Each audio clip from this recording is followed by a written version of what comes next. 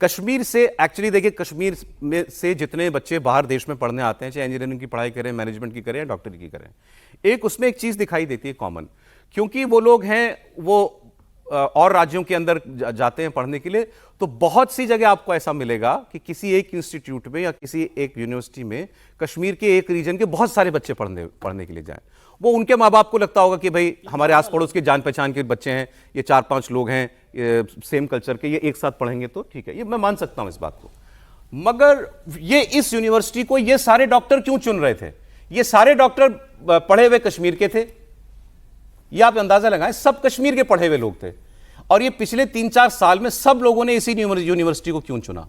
ये कहीं भी काम कर सकते थे। ये सब एक दूसरे को जानते थे, पहले से स्टूडेंट लाइफ से जानते थे कुछ लोग तो, और उसके बाद नौकरी कश्मीर छोड़ के फरीदाबाद के इसी अस्पताल में नौकरी करने के लिए क्यों आ रहे थे? कहीं भी हो सकते थे। मान लीजिए कि इनको आतंकवादी ही बनना था, तय था कि इनको कुछ हमला करना है, why Faridabad and Faridabad baby, why only this place? ये सवाल तो है ना त्रिपाठी जी। देखिए, ये सवाल बड़ा है और पता नहीं, हो सकता है कि वो बड़े मासूम व्यक्ति हों, बहुत नेक नियत व्यक्ति हों, लेकिन जवाद सिद्दीकी जो इसके चेयरमैन हैं, उनसे अभी तक पूछताछ की या उनके बारे में किसी जानकारी की मैंने अब तक कोई खबर नहीं सुनी है। न तो मीडिया में उस तरह से वो आया है, और न ही जो एजेंसीज हैं जो कहते हैं ना कि कुछ ऑफलाइन ब्रीफिंग होती है, तो उसमें भी उनका नाम नहीं आया है। ये थोड़ी चिंता की बात है। आपने जो सवाल पूछा बड़ा रोचक है, और उसके बारे में जब मैं पढ़ रहा था, कमाल की बात यह है कि इसको AMU यानी अलीगढ़ मुस्लिम यूनिवर्सिटी और जामिया, इसके एक ऑल्टरनेटिव के तौर पर प्रस्तुत किया जा रहा था। जो कश्मीर से आप कह रहे हैं कि कश्मीर से क्यों ज्यादा लोग आए, तो AMU और जामिया मिलिया उसके विकल्प के तौर पर इसको प्रस्तुत किया जाता था। जो डॉक्टर शाहीन हैं, इनके बारे में तो मतलब जो पता चला, ये सचमुच चिंता की बात है। किसी ने बताया कि ये जो हिंदू लड़कियां थीं, उनको मुस्लिम लड़कों के संपर्क में मिलाती थी। डॉक्टर शाहीन जो फीमेल डॉक्टर हैं, उनका तलाक भी हो गया है। वो मेरे ख्याल से वो भी आपने देखा होगा, उनके पति भी कह रहे हैं कि चूंकि विदेश जाना चाहती थी, इनके 2 बच्चे भी हैं जैसा उनके पति बता रहे हैं। उन लड़कों मुस्लिम लड़कों से वो मिलाती थी और प्रयास करती थी ये बताने का कि देखो ईमान की बात है, इस्लाम क्या है, मुसलमान कैसे है। और इनका जो अपने पति से तलाक हुआ, उसकी भी बड़ी वजह ये रही कि ये उस तरफ मुड़ गई। इनके पति कानपुर में है, कानपुर की जो पुलिस है वो भी जांच कर रही है, पता कर रही है कि क्या कुछ है। तो एक तरह से अल फलाह यूनिवर्सिटी ऐसे जो रेडिकल इस्लामिस्ट लोग थे उनका एक अड्डा बना। जम्मू कश्मीर और विशेष करके उसमें साउथ कश्मीर, जहां बुरहान वानी हुआ, जहां दूसरे लोग हुए, जो एक समय में कहा जाता था कि भाई क्यों शिक्षक के बच्चे के बारे में ऐसे बात कर रहे हैं, उस जगह से फिर से ये कोशिश की गई।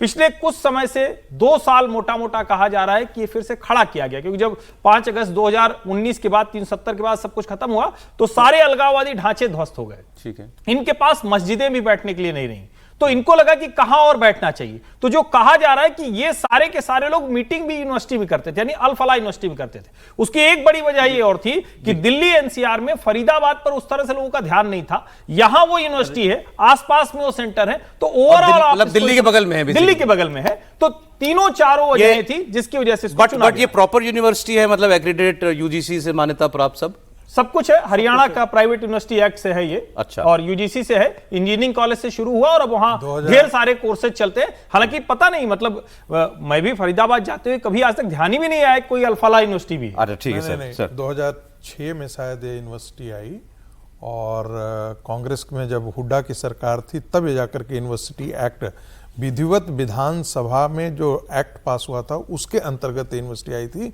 और UGC ने इसे 2015 में उसको स्वीकार किया था, यानी रिकॉग्नाइज किया था। ठीक है, ओके सर। अब जो बात अभी विजय जी कह रहे थे ना, ये बात कई बार हम लोग कल से बता चुके हैं, लेकिन फिर भी बहुत इंपॉर्टेंट है कि ये बता जाने क्या गुजरता भारत के ऊपर अगर अक्टूबर में श्रीनगर के नौगाम में कुछ पोस्टर जो चिपकाए गए थे उस पर वहां की पुलिस का ध्यान न जाता। ये पोस्टर जैश ए मोहम्मद के समर्थन में लग रहे थे, लेकिन ये कोई पहली बार नहीं हो रहा था, बड़ी सामान्य बात थी, खासकर 2019 से पहले तो। लेकिन फिर भी श्रीनगर के SSP जो हैं चक्रवर्ती साहब, उन्होंने इसको गंभीरता से लिया। इसमें वहाँ के एक CID के जो इंचार्ज हैं उनका भी नाम लिया जा रहा है कि इन 2 लोगों ने इस बात को बड़ी गंभीरता से लिया कि भाई ये फिनोमेना ऑल्दो कोई रेयर तो बिल्कुल भी नहीं है, लेकिन 2019 से पहले होता था। 2019 के बाद बंद हो गया था ये सिलसिला पोस्टर वगैरह लगने का। ये दोबारा कर रहा है कौन, तो इसको ढूंढो इन लड़कों को। इसके बाद ये परतें खुली।